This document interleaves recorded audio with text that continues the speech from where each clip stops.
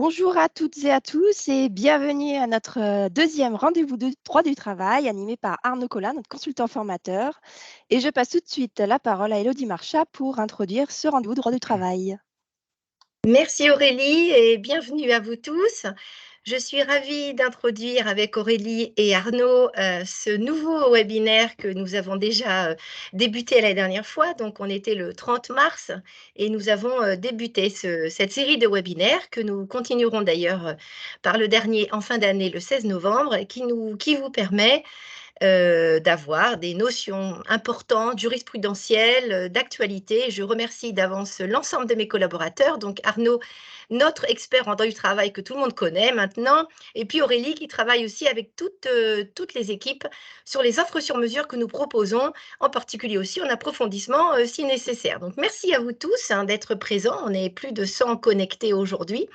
On vous a présenté d'ailleurs en début d'annonce un nouveau webinaire que j'en profite aussi pour réindiquer pour les collègues qui viennent de se connecter, qui aura lieu le 27 juin, animé lui aussi par une formatrice de l'Institut 410, comme les deux collègues que je viens de vous présenter, qui sera sur les fresques numériques et la fresque climatique, donc aussi grand sujet d'actualité. Voilà, donc dès maintenant, je passe la parole à Arnaud et Aurélie qui vont en tandem vous présenter effectivement cette nouvelle séquence, deuxième séquence. Et merci à vous et merci à toute l'équipe. Bon webinaire. Merci. Eh ben, merci beaucoup à Elodie. Donc, on va redéfinir quels sont les objectifs. Donc, je pense qu'on maintenant on se connaît pour la plupart d'entre vous. Donc, moi, je suis Arnaud Collin, je suis consultant formateur à l'Institut 410. Et puis Aurélie également est consultante formatrice à l'Institut 410. Voilà. Quel est l'objectif? L'objectif qu'on a sur ce webinaire, c'est vraiment contribuer à la veille en droit du travail au travers d'un tour d'horizon des actualités légales, jurisprudentielles et conventionnel. Donc, on aborde vraiment les trois aspects, légaux, jurisprudentiels et conventionnels. Alors, on a donc on est, comme l'a dit tout à l'heure Elodie, on est vraiment, je dirais, à la deuxième, deuxième rendez-vous. Alors, c'est quelque chose qui a été effectivement frappant lorsqu'on a lu vos évaluations du premier rendez-vous, c'est que vous souhaitiez revenir sur le suivi des textes. Donc, c'est un peu comme une série. On est sur la saison 1.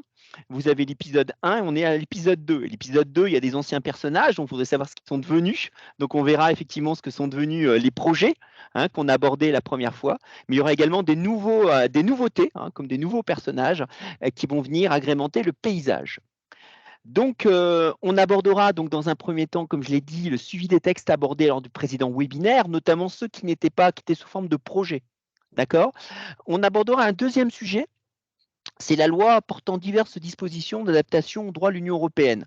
Et les impacts notamment pour le service RH, parce qu'on verra effectivement qu'il y a un impact pour les services RH, comme j'ai essayé de vous le démontrer. On abordera, mais là un peu plus rapidement, parce qu'elle est déjà mise en place, l'indemnité de maniement des fonds. On verra des actualités jurisprudentielles qui est très riche. Donc nous, j'ai sélectionné effectivement quelques arrêts, 5 arrêts, y compris des arrêts conventionnels, notamment sur les points de compétence que je trouve très intéressants. Donc je serai amené à l'aborder. Et enfin, on terminera par un projet qui est tout neuf, puisqu'il date de jeudi dernier. C'est le projet de plein emploi. Voilà. Donc voilà un petit peu sur les points qu'on va aborder dans le cadre de ce programme. Donc tout d'abord, je vais aborder effectivement les points abordés lors du précédent rendez-vous de droit du travail. Alors, vous connaissez le principe. N'hésitez pas à poser vos questions au travers effectivement la messagerie, d'accord, à travers la conversation. Et bien sûr, je m'arrêterai après chaque partie pour répondre aux questions éventuelles.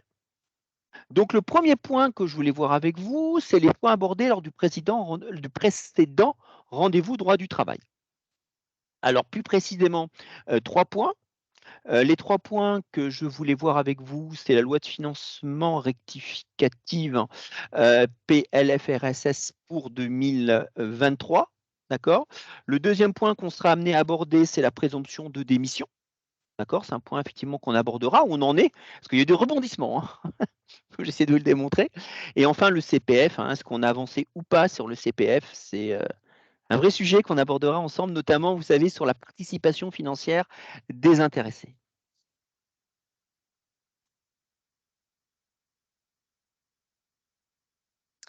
Alors Arnaud, dis-moi, j'ai entendu parler de nouveautés en septembre 2023 suite au projet de loi retraite.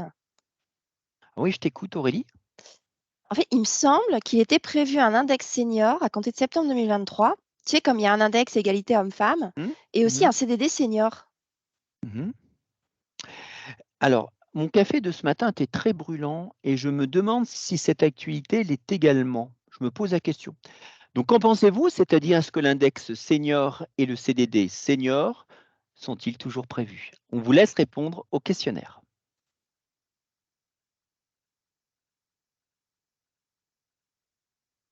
Et quand vous avez répondu, vous faites envoyer. Voilà.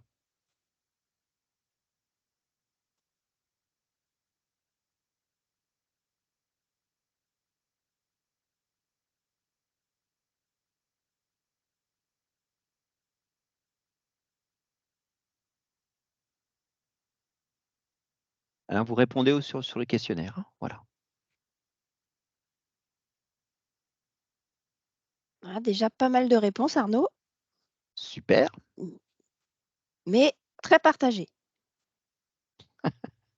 Alors, encore quelques secondes pour répondre à ce premier sondage. Alors là, on a 45% de oui et 55% de non. Alors dis-moi Arnaud, qu'est-ce que tu en penses? Eh ben, je pense que la majorité a toujours raison. D'accord? C'est-à-dire que le CDI senior et l'index senior ont été censurés. Vous savez que la loi, cette fameuse loi de financement, hein, notamment en matière de retraite, qui portait énormément de choses en matière de retraite, a été censurée en partie, seulement en toute petite partie sur ces dispositions, par le Conseil constitutionnel. Donc, pour être tout à fait clair, effectivement. Il n'y a pas, effectivement, concernant la loi de financement, il n'y a plus l'index senior et le CDI senior, comme on le verra sur la diapositive suivante. Voilà, donc là, effectivement, il n'est pas prévu. Donc là, je pense qu'on peut enlever effectivement le questionnaire. Hop, voilà. Donc, effectivement, ces points ont été supprimés, hein, tant le CDI senior que l'obligation de négocier dans les entreprises de moins de 300 salariés. Donc aujourd'hui, ça n'existe plus.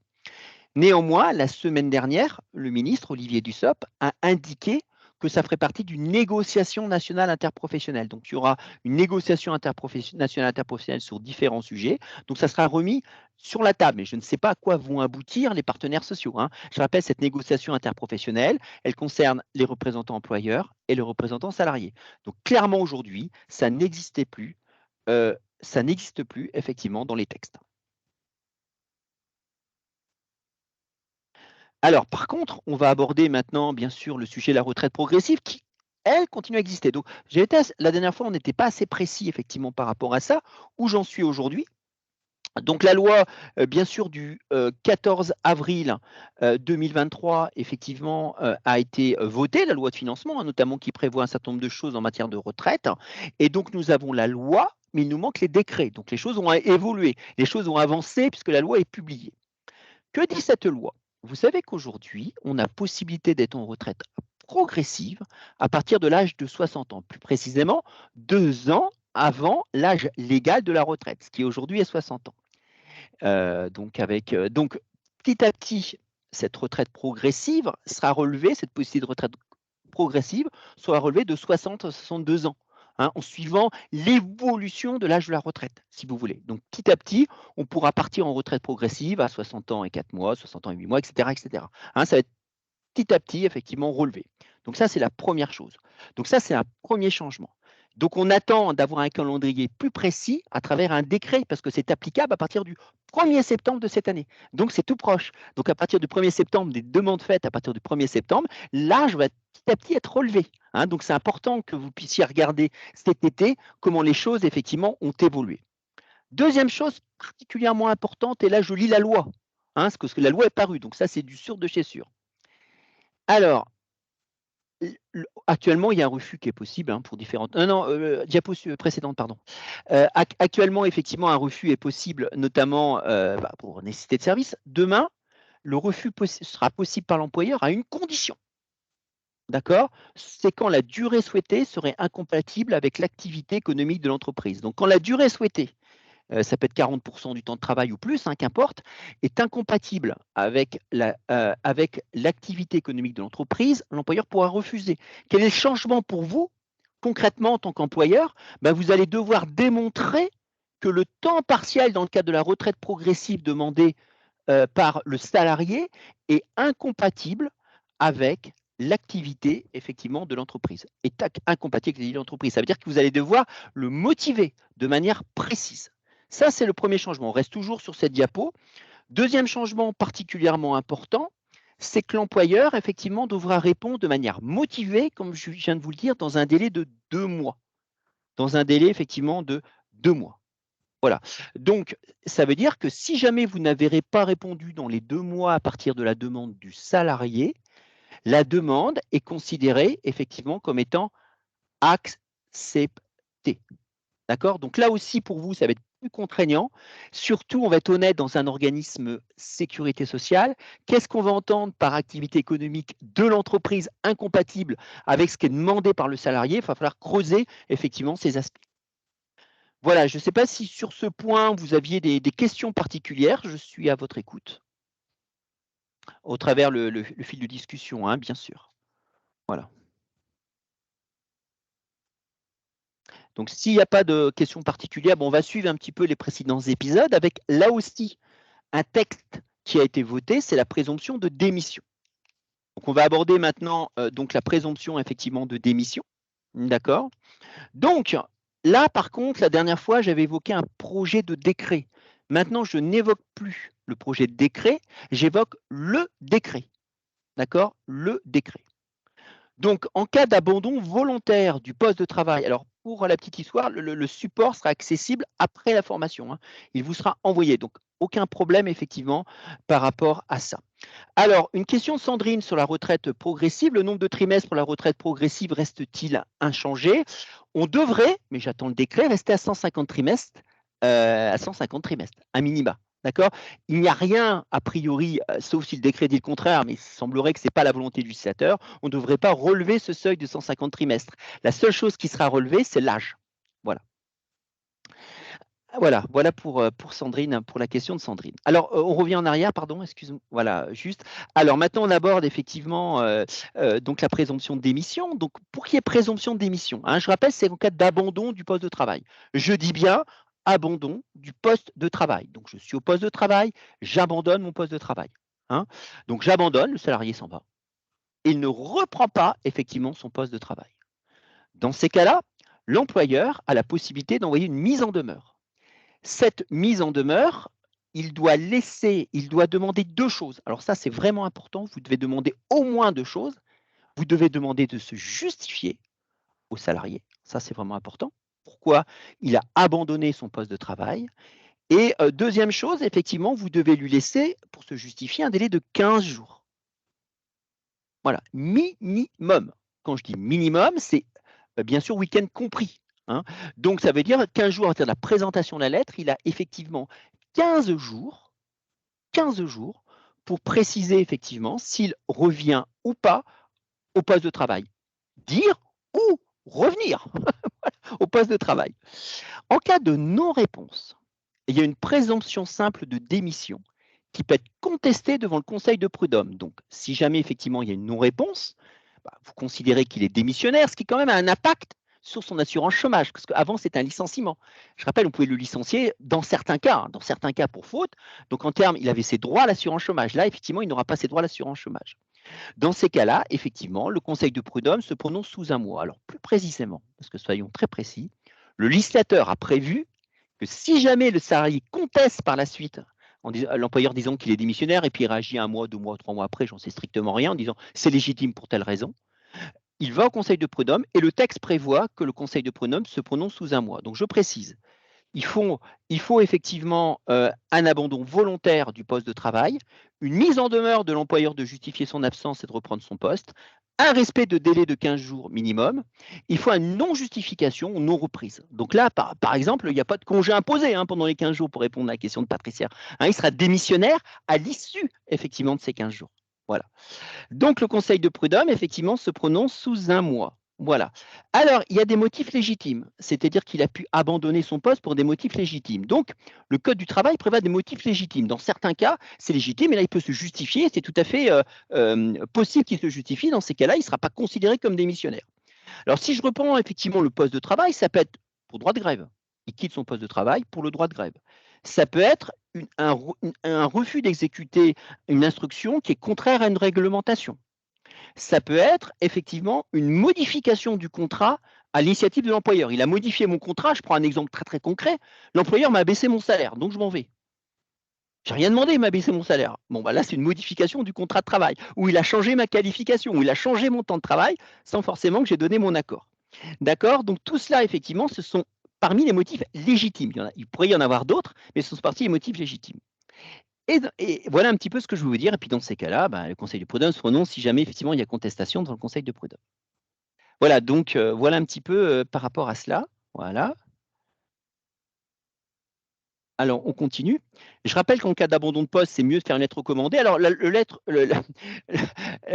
texte prévoit une lettre simple contre remise, mais s'il abandonne son poste, je ne vois pas comment on pourrait lui remettre effectivement la lettre. Et j'ai indiqué effectivement les motifs pour lesquels la présomption de démission doit être conduite à son terme. Alors, si on reste sur cette diapo, quelque chose qui a été bouleversé, c'est qu'il y avait une question-réponse qui notamment permettait de répondre à la question de Patricia. Il y avait une question-réponse et ces questions-réponses ont été retirées. Elles ont été retirées plus précisément jeudi dernier. C'est-à-dire que ces questions-réponses, donc il y avait sur le site du ministère du Travail des questions-réponses. Je rappelle que la valeur juridique des questions-réponses n'est pas celle du décret, d'accord, n'est pas celle effectivement du décret, hein, c'est juste une instruction qui est donnée.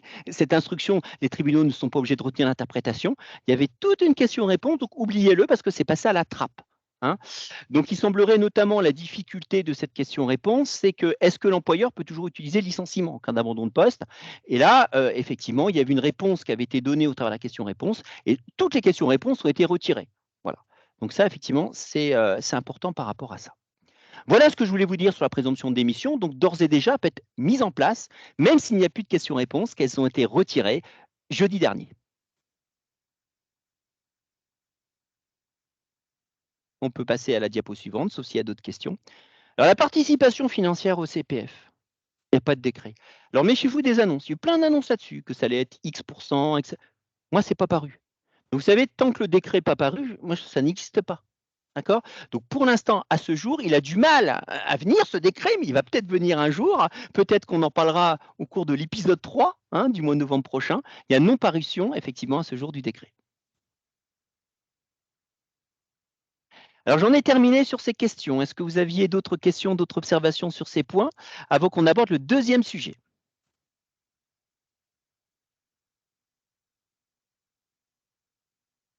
Donc, s'il n'y a pas de questions, ce que je vous propose, c'est aborder effectivement le prochain sujet, qui est effectivement la loi portant diverses dispositions d'adaptation au droit de l'Union européenne. Ouf! C'est-à-dire qu'il y a un certain nombre de directives effectivement qui sont parues au niveau de l'Union européenne et il a fallu appliquer notamment ces directives en droit français, pour être très précis. Donc maintenant, ce qu'on va voir, c'est comment elles ont été appliquées en droit français. Voilà. Donc, alors c'est une loi du 9 mars 2023 pour être extrêmement précis.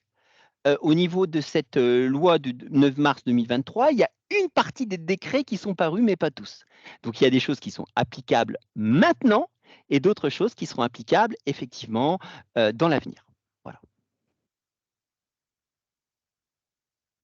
Alors, ce qui est important, c'est que, alors moi personnellement, je me suis permis d'avoir le prisme organisme de sécu. Je ne vais pas vous parler de choses qui ne concernent pas les organismes de sécu. Donc, ce qui est important pour nos organismes de sécu, d'accord, c'est qu'il y ait une assimilation à l'ancienneté, même si on a moins de 6 mois de présence. Vous savez que le congé de paternité et d'accueil de l'enfant était possible, était assimilé à l'ancienneté si on avait plus de 6 mois de présence dans l'institution. Aujourd'hui, même si on a moins de 6 mois de présence, il y a assimilation, disons, du congé paternité et d'accueil de l'enfant. Donc, c'est tout à fait assimilé, effectivement, à une présence. Donc, on doit décompter son ancienneté pendant ce congé de paternité et d'accueil de l'enfant. Je rappelle que le congé de paternité et d'accueil de l'enfant, c'est destiné effectivement aux conjoints, concubins, pacsés de la maman, d'accord, mais également au père de l'enfant. Ça peut être le père de l'enfant ou le conjoint concubin pacsé, qui peuvent être ou pas les mêmes personnes. Conjointeux aussi, bien sûr, aux concubines ou pacsés eux. Voilà. Donc là, il n'y avait pas d'assimilation à l'ancienneté, c'est le cas aujourd'hui. Alors, je rappelle également qu'on avait effectivement la possibilité d'avoir un congé parental si on avait 1 an d'ancienneté à la date de la naissance de l'enfant. Maintenant, on a possibilité effectivement d'avoir un congé parental s'il y a 1 an d'ancienneté à la date de la demande du congé. Donc, si à la date de la demande du congé et non plus à naissance de l'enfant, j'ai possibilité d'avoir un congé parental possible. Je rappelle aussi que l'article 46 est plus favorable, effectivement, puisqu'il prévoit la possibilité de prendre un congé parental sans solde au bout de 6 mois de présence, l'article 46 de la convention collective. D'accord? Donc, c'est lui qui s'applique en priori, mais il peut y avoir aussi un congé parental s'il y a 1 an d'ancienneté à la date de demande du congé. Et enfin, la durée du congé de présence parentale est prise en compte en totalité également pour l'ancienneté. Hein. Vous savez, la congé présence parentale, c'est en cas d'enfants handicapés, malades, etc. Il y a possibilité, effectivement, de prendre un congé, effectivement, de présence parentale.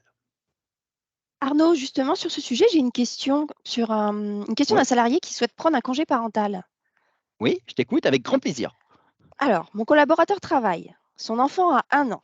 Il souhaite prendre un congé parental entre le 1er septembre 2023 et le 31 août 2024. Mmh. Sauf que au 30 avril 2024, il lui restera 10 jours de congés principaux et 1 jour d'ancienneté. Moi, je voudrais savoir, est-ce que son solde de congé au 30 avril 2024 sera perdu? Alors, je crois savoir effectivement qu'en matière de maternité, comme vous le savez, on ne perd pas ses congés principaux après le 30 avril, hein, donc après la fin de la période de congé. C'est le cas aussi dans certains cas, en cas de maladie. Alors justement, j'allais vous poser par question, en cas de congé parental, les congés non pris en 30 avril sont-ils reportés, hein, en vertu de cette nouvelle loi? D'accord? Donc les congés non pris en 30 avril sont-ils reportés en cas de congé parental, que ça soit dans ou hors de l'institution? Voilà.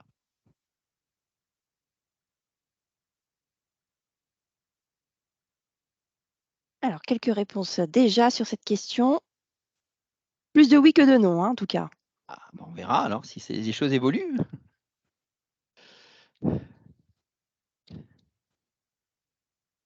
Voilà, on est à 93% de oui, 7% de non. Du coup, Arnaud, est-ce que tu peux nous expliquer un petit peu plus, s'il te plaît? La majorité a toujours raison. Une nouvelle fois. C'est-à-dire qu'une nouvelle fois, vous avez effectivement parfaitement raison, cette fois-ci de manière écrasante, hein, 93%, puisque effectivement, lorsque je suis en congé parental au moment de la fin de la prise de période de congé, j'ai possibilité de reporter effectivement ces congés. Hein, donc ça, c'est vraiment un grand changement par rapport à ce qu'il y avait avant qu'apporte cette nouvelle loi sur, disons, sur l'application des dispositions européennes. Voilà, parfait. Voilà un petit peu. Alors pareil, hein, je viens de prendre l'exemple, donc pour ces 3 congés, hein, on les a vus ensemble, hein, que ça soit congé parental, congé paternité et le congé présence parentale, il y a effectivement un report, des congés payés dans ces cas-là, hein, comme on l'a vu. Donc c'est ce qu'on appelle un maintien des avantages acquis et notamment, hein, c'est une illustration du maintien de ce qu'on appelle, les maintiens effectivement des avantages acquis. D'accord? Voilà, on peut effectivement, continuer effectivement, voilà.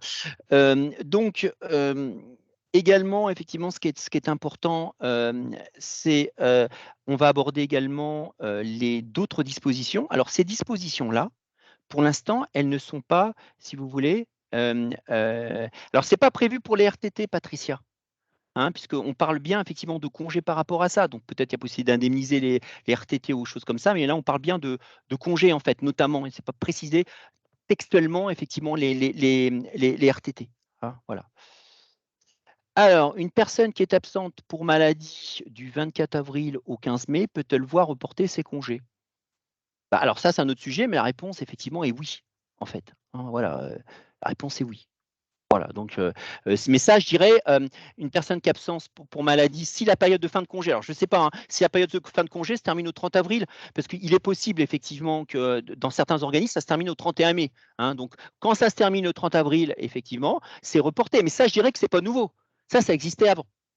Voilà. Donc, les choses qui ne sont pas aujourd'hui, on attend les décrets. Hein.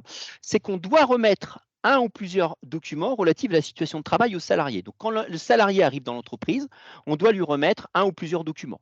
Donc, je n'ai pas effectivement, c'est prévu dans la CCN, hein, comme il est très très bien dit. Donc, mais ça, c'est pas quelque chose de nouveau, hein, c'est prévu dans la CCN, effectivement, dans la convention collective de l'UCANS. Donc là, c'est rien de nouveau, hein, pour la maladie, hein, voilà.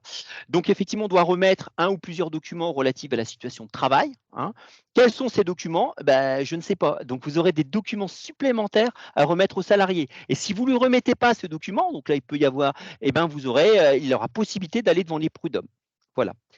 Et également, deuxième chose qui est effectivement importante à savoir, c'est l'information sur les postes à pouvoir en CDI.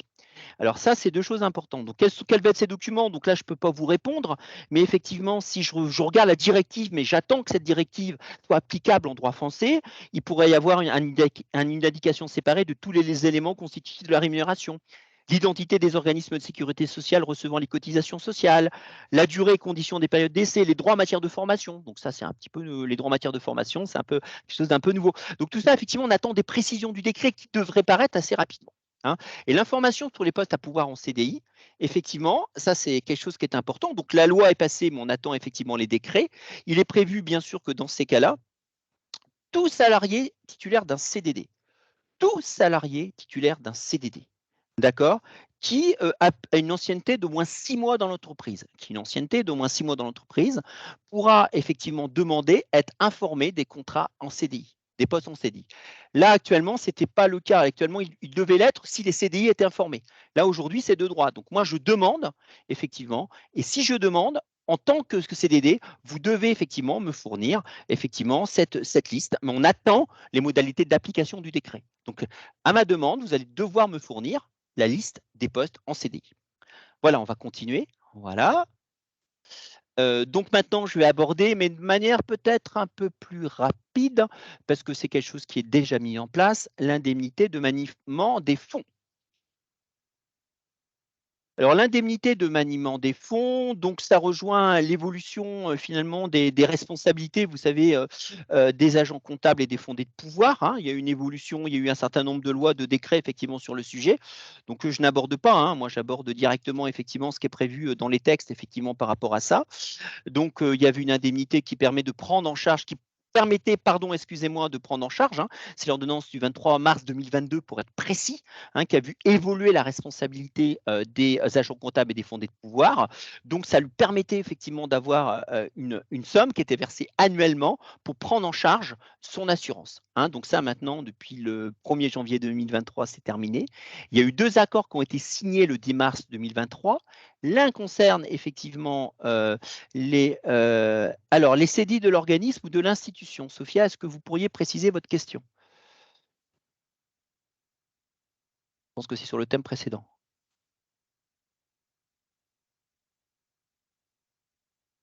Ah oui, je pense que ce que vous voulez dire, c'est, je pense qu'il faudra, mais j'attends les décrets, juste informer sur les CDI dans l'organisme, bien sûr, hein, dans l'organisme en fait, hein, les CDI dans l'organisme, hein. Je ne pense pas que ça aille plus loin que l'organisme, même si j'attends effectivement les décrets en la matière, hein. Voilà, je pense que c'est sur les CDI de l'organisme au moins. Les CDI de l'institution, il y a une possibilité notamment qui existe, hein, au travers de la Sécu recrute, mais effectivement, ça devrait être dans le décret, hein, les CDI de l'organisme. Donc, il y a deux accords qui ont été signés, l'un concernant les agents de direction, qu'ils soient agents comptables ou fondés de pouvoir, et l'autre qui concerne les fondés de pouvoir qui relèvent de la convention collective de 1957, donc avec effet rétroactif au 1er janvier 2023. Donc, on va effectivement voir la suite, hein, voilà, merci. L'objectif est de prendre en compte les suggestions particulières liées au maniement des fonds. Donc, il n'y a plus cette obligation d'assurance, mais on considère qu'en tant qu'agent comptable ou fondé de pouvoir, on a une suggestion particulière liée au maniement des fonds. Donc, la grosse différence, c'est que l'indemnité est mensuelle, hein. Une des grosses différences, il y en a d'autres. L'indemnité, effectivement, est mensuelle. Elle est soumise à cotisation et elle est calculée en fonction des dépenses et recettes de l'organisme. Donc, dans ces accords, vous voyez, plus les dépenses de l'organisme sont importantes pour les URSSAF, pour les organismes prestataires, ou plus les recettes sont importantes effectivement pour notamment les URSSAF, plus effectivement l'indemnité de maniement des fonds sera importante. Voilà, donc les fondés de pouvoir ont droit à la moitié qu'ils soient agents de direction ou pas, parce que dans certains organismes, le fondé de pouvoir est agent de direction, hein, ont droit à la moitié de l'indemnité du directeur comptable et financier. Hein. Donc là, effectivement, il y a une incidence effectivement des absences. D'accord. Et le texte dit qu'en cas d'absence de courte durée, d'accord, l'indemnité continue à être due. Alors plus précisément, le texte dit, pour être très précis, qu'en cas d'absence de courte durée qui ne suppose aucune nécessité d'envisager un remplacement, dans ces cas-là, l'indemnité continue à être due. Voilà. Et puis bien sûr, ça a une incidence sur les autres éléments de salaire. Donc ce qu'il faut savoir de manière concrète, c'est que ça ne rentre pas en ligne de compte pour l'allocation vacances, pour la gratification annuelle et non plus pour l'indemnité, vous savez, les fameux 40%, hein, l'indemnité, la supplément de salaire par rapport au DOM. Voilà. On peut continuer. Voilà. Là, je vais entamer un dernier sujet. Vous verrez que cette actualité est très riche, donc restez avec nous sur effectivement l'actualité jurisprudentielle, sauf si bien sûr il y a un questionnement de la part des personnes présentes et je réponds avec grand plaisir à leurs questions. N'hésitez pas. Donc on peut attendre une petite minute si vous avez des questions.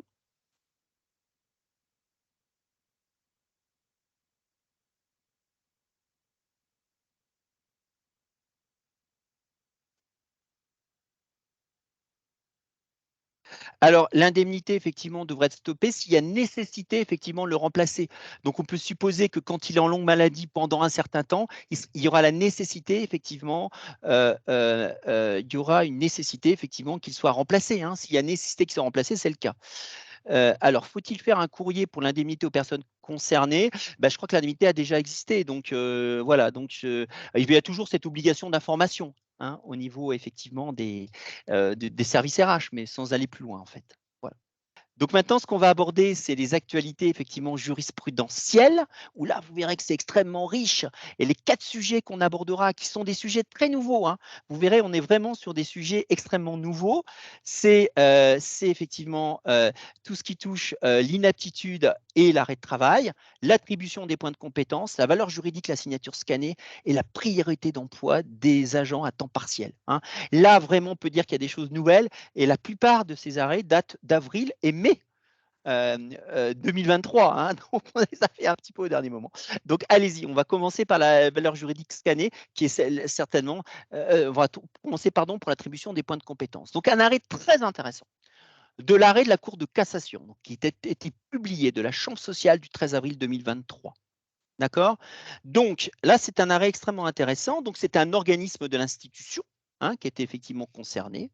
Et cet organisme de l'institution, l'agent lui reprochait, ça a été reconnu par la première cour d'appel d'Aix-en-Provence, pour être très, très précis, qu'il n'y avait pas des évaluations régulières de ses compétences, d'accord, qu'il n'y avait pas une définition préalable de ses objectifs. Donc la question était, comme je n'ai pas des évaluations, comme je n'ai pas des entretiens d'évaluation régulières, comme je n'ai pas de définition préalable des objectifs, comme donc je n'ai pas disons, d'objectifs précis, mesurables, etc., qui m'est accordé, est-ce que dans ces cas-là, comme l'employeur n'a pas respecté ses obligations, est-ce que les points de compétence sont dus? Ça, c'est la vraie question.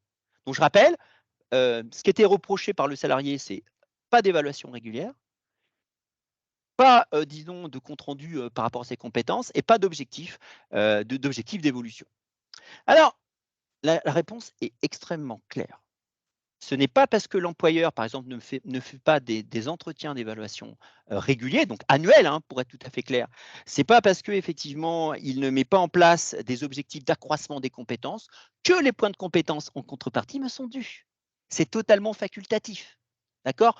Mais, et ça, effectivement, c'est très important, si un employeur ne fait pas des entretiens d'évaluation réguliers, s'il ne fixe pas des objectifs mesurables, etc., il a la possibilité d'avoir ce qu'on appelle des dommages et intérêts. C'est différent du fait que les points de compétence. Donc, si jamais, et ça c'est vraiment important parce que j'ai pu voir dans certains organismes, vous avez des gens qui sont par exemple malades de temps en temps, et comme ils sont malades, effectivement, pendant 5, 6, 7 mois, on ne leur fait pas effectivement d'entretien d'évaluation, on les oublie parfois, hein, comme j'ai pu le voir, bon, c'est rare, mais c'est oubli. Là, ils ne peuvent pas demander l'attribution automatique de points de compétence. Par contre, ils peuvent demander réparation du préjudice. D'où l'importance de faire bien sûr des entretiens d'évaluation annuels. Hein. Et ça, c'est un arrêt intéressant parce qu'on entend parfois que c'est obligatoire. Non, il n'y a rien d'obligatoire avoir dans les points de compétences, hein. On peut avoir des gens qui, pendant 2, 3, 4, 5, 6, 7, 8, 9, etc. années, n'ont pas effectivement de points de compétences. Mais si l'employeur n'a pas respecté ses obligations, on a droit à réparation du préjudice, hein, comme tout manquement à l'obligation de l'employeur.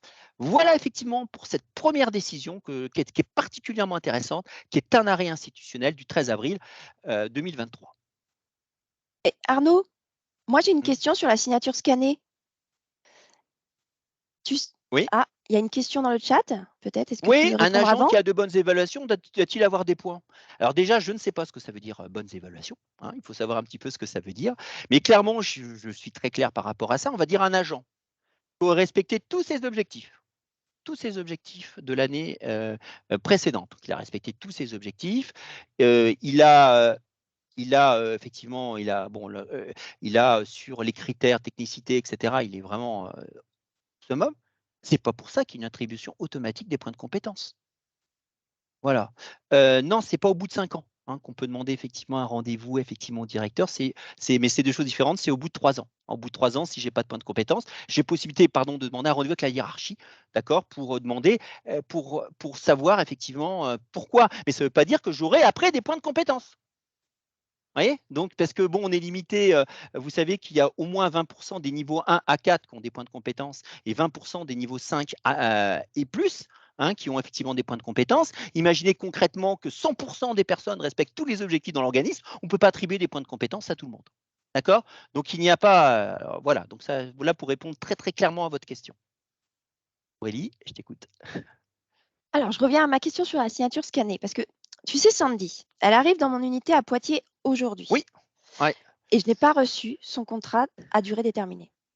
Ouh là! Sachant, ouais, le siège est à Bordeaux et je Mmh. suis pas sûre de recevoir le contrat d'ici demain. Alors c'est vrai que avec les délais postaux, tout ça, on ne peut pas savoir. Donc le problème, c'est que je suppose que, comme effectivement, on est au siège à Bordeaux, je suppose que dans ces cas-là, on envoie effectivement un contrat avec une signature scannée, hein, directement à Poitiers. Donc, chers collègues, est-ce que la signature scannée est valable ou pas sur un CDD? Est-elle valable sur un CDD? Sous condition, bien sûr.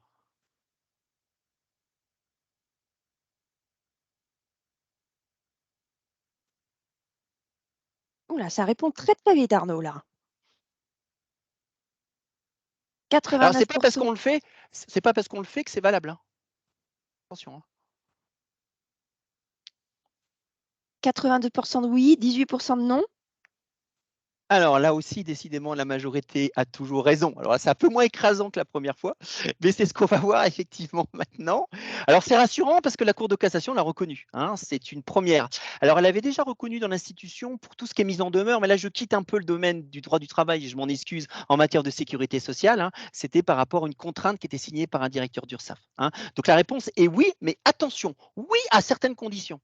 Et ça, c'est important qu'on voit les conditions ensemble. Donc cette pratique qui est le cas dans de nombreux organismes, parce que des organismes qui ont des organismes régionaux, qui ont des agences qui est située sur l'ensemble d'un territoire, et puis très sincèrement, les agences, le chef de la responsable de l'agence n'a pas forcément de délégation. Donc oui, oui, oui, sous conditions. Donc c'est un arrêt de la Cour de cassation du 14 décembre 2022. Une signature scalée n'équivalait pas à une absence de signature de l'employeur et n'affectait pas la validité formelle du contrat sous 2 conditions.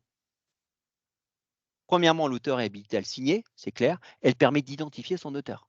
Hein, s'il n'y a pas d'identification de l'auteur, une espèce de signature, on ne sait pas qui c'est, là, ce n'est pas valable. Donc là, effectivement, c'est important. D'accord. Si l'auteur est habilité à le signer et si ça permet effectivement d'identifier l'auteur, tout va bien. La signature scannée est valide. D'accord. Donc c'est reconnu. Alors vous allez dire, ouais, mais on le fait depuis longtemps dans certains organismes. D'accord, j'entends. Mais reconnaissez quand même que c'est comme rassurant qu'on ait cet arrêt de la Cour de cassation qui vient conforter une pratique. Voilà. Donc voilà, sur ce deuxième arrêt. Ensuite, on va aborder bien sûr ce troisième arrêt qui est extrêmement intéressant. C'est un arrêt aussi récent, hein, puisqu'on est sur des arrêts extrêmement récents. C'est un arrêt du 13 avril 2023. Donc là, je ne parle plus de CDD, je parle de temps partiel. Il est possible qu'on ait des personnes à la Sécu qui sont en temps partiel, par exemple dans les établissements, hein, c'est tout à fait possible. D'accord. Donc c'est à l'employeur. Donc, la Cour de cassation, effectivement, c'est un arrêt de la Chambre sociale d'un arrêt du 13 avril 2023. D'accord. C'est à l'employeur, effectivement, de démontrer qu'il a bien respecté la priorité d'emploi dont bénéficient les temps partiels. D'accord? Donc ça, c'est vraiment important. Vous savez que, et ça, c'est indiqué dans le code du travail, que les temps partiels ont une priorité d'emploi, hein, par rapport au poste, hein, bien sûr, hein. Il faut que ça soit des postes correspondant à leurs compétences, mais ils ont une priorité d'emploi. D'accord? Et qui doit démontrer effectivement que cette priorité d'emploi n'est pas respectée? Eh bien, c'est l'employeur. D'accord? Donc c'est l'employeur qui doit démontrer. S'il n'arrive pas à démontrer, donc en l'espèce, hein, c'était un cas très intéressant. C'est une personne qui était hôtesse, caissière, barmaid, hein, c'est en dehors de, effectivement, de l'institution, qui travaillait effectivement à temps partiel. Et donc dans ces cas-là, c'est l'employeur qui doit faire cette démarche spécifique de porter à sa connaissance, d'accord, la liste des postes relevant de sa catégorie professionnelle ou équivalent, ou qu'il n'y a pas de tel poste. D'accord? Alors moi je trouve cet arrêt d'autant plus intéressant parce que ça fait un peu écho un autre arrêt, c'est un arrêt du 20 avril, effectivement, 2005, qui disait, par exemple, que l'employeur peut porter à la connaissance des salariés les emplois disponibles par voie de communication électronique, notamment sur le réseau intranet de l'entreprise. D'accord? Mais que, effectivement, en l'espèce, c'est pas une diffusion particulière pour les emplois à temps partiel. Donc cette diffusion sur l'intranet avait été reconnue comme étant insuffisante par l'arrêt de la Cour de cassation dans cet arrêt du 20 avril 2005 et qu'il fallait une diffusion spécifique pour les emplois à temps partiel. Donc il faut démontrer qu'il y a eu cette diffusion spécifique. On lui a bien, effectivement, informé de manière spécifique par rapport à ça. On va terminer par le dernier arrêt que je trouve particulièrement intéressant, qui est un arrêt encore plus récent et qui vraiment est d'autant plus intéressant. En ce qui concerne effectivement l'arrêt de la Cour de cassation de la Chambre sociale du 24 mai 2023, tout salarié peut demander à bénéficier effectivement d'une visite médicale. On est d'accord. Alors le problème est le suivant. D'accord? Est-ce que l'inaptitude peut être constatée pendant une visite médicale à la demande du salarié, je parle bien de visite médicale à la demande du salarié. Alors, je réponds encore à la question. Peut-on avoir un temps partiel pour convenance personnelle de moins d'un an? Ah oui, si le directeur, enfin, ça dépend, c'est le directeur. Si le directeur est d'accord pour accorder un temps partiel de convenance personnelle pour une durée de moins d'un an, c'est à voir avec lui, mais c'est le directeur, je toujours rappelle, y compris pour les temps partiels pour convenance personnelle d'un an, c'est lui qui va décider, hein, il devra donner le motif, mais c'est pas de droit, en fait, hein.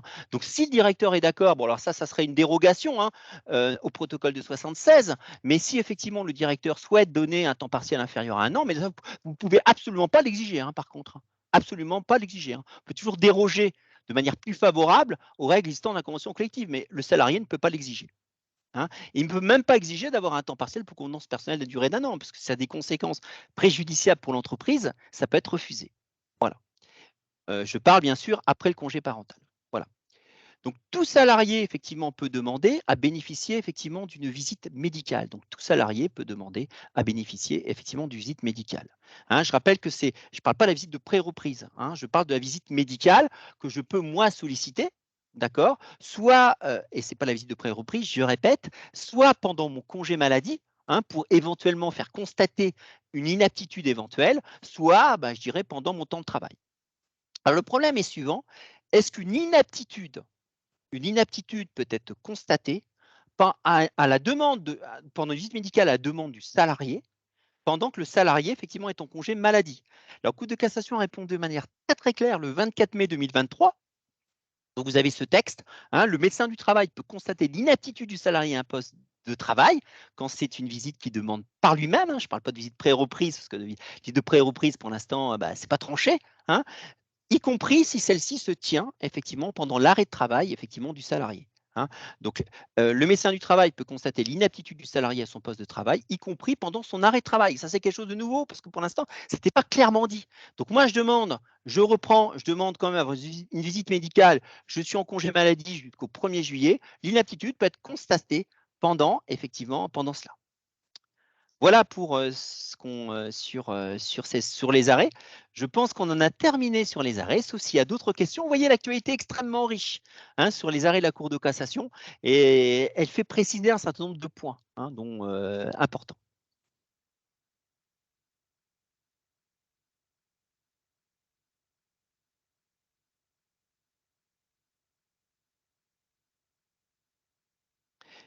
Bien,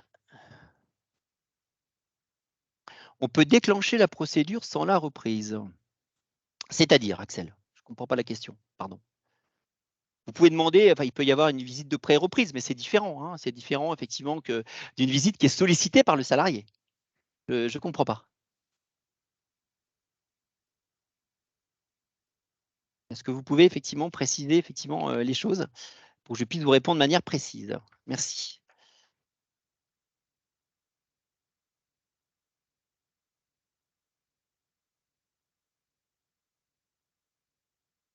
Ah bah non, s'il y a effectivement un reclassement dans l'entreprise, ça serait à l'issue, bien sûr, de l'arrêt maladie. Je parle que quand il y a une aptitude qui est prononcée, si vous voulez.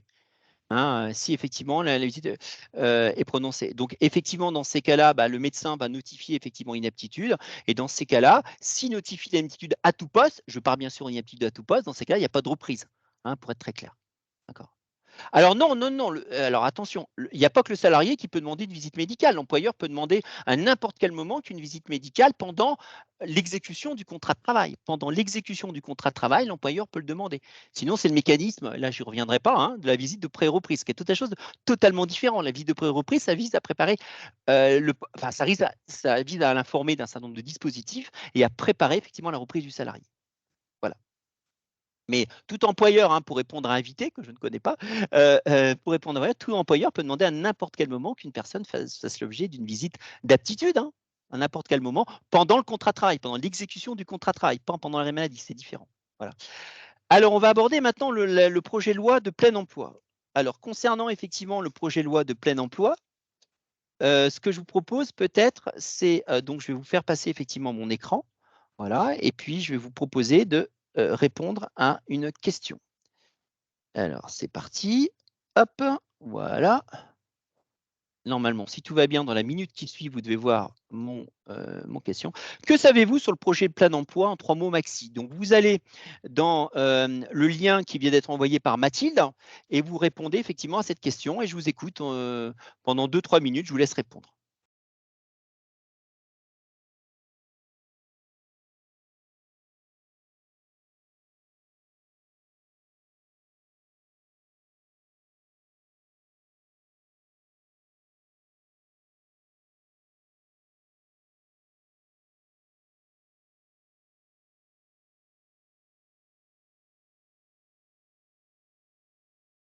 Est-ce que tu as déjà des premières réponses, Arnaud?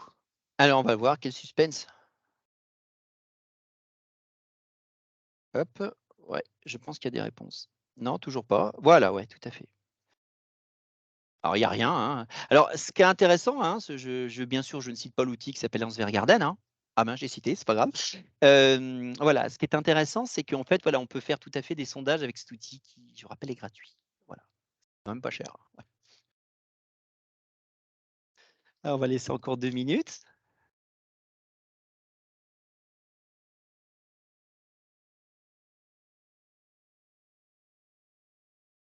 Bien, alors une fois effectivement que je pense que c'est effectivement terminé.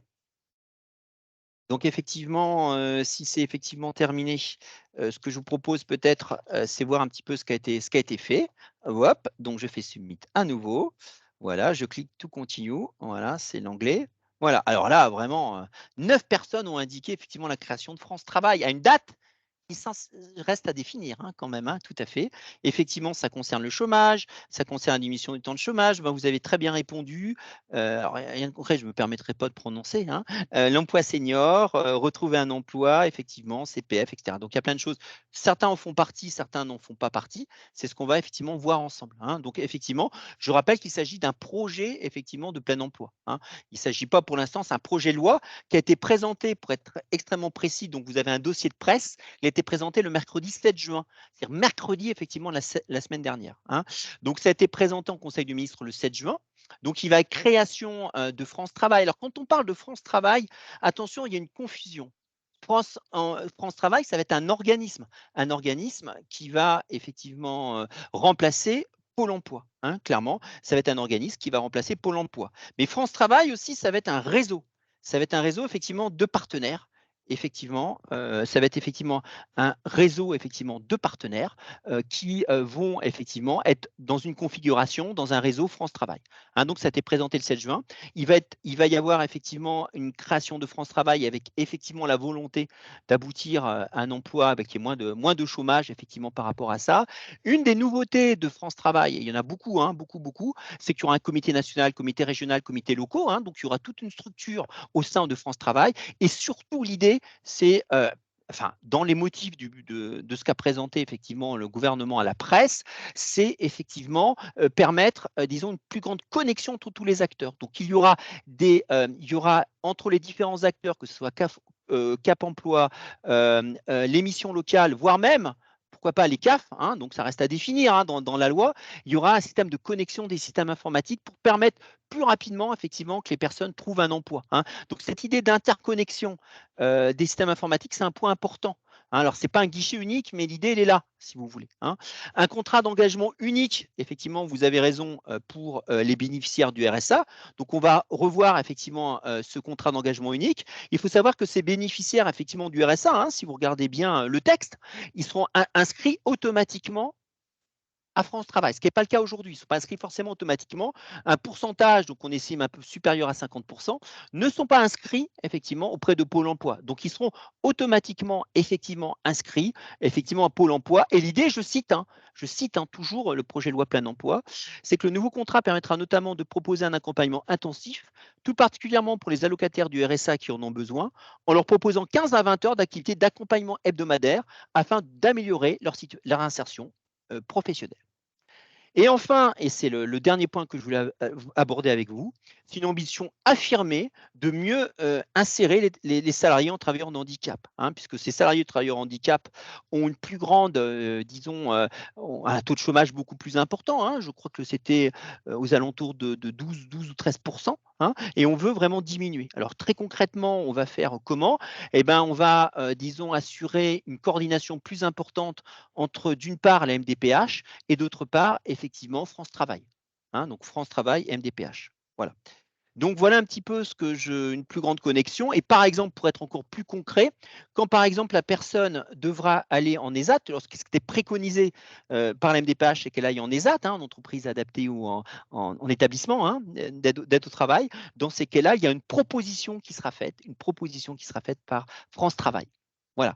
Donc, il y aura une plus grande connexion entre les deux. Voilà un petit peu pour le projet plein emploi. J'en ai effectivement terminé. On va juste voir la suite. Quels sont les nouveaux rendez-vous en droit du travail?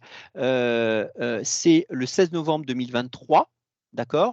Et les interventions, on a toujours des interventions possibles au niveau des organismes. Est-ce qu'on peut remonter au niveau du fil de discussion? Il y a une question auquel je n'ai pas répondu, pardon.